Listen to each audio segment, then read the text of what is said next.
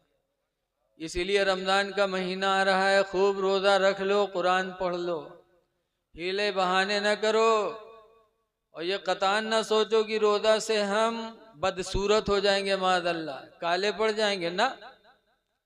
हमारे तुम्हारे बाप आदम अलैहिस्सलाम जब जन्नत से जमीन पे भेजे गए थे तो गोरे थे, और कुछ दिन के बाद आदम अलैहिस्सलाम काले हो गए।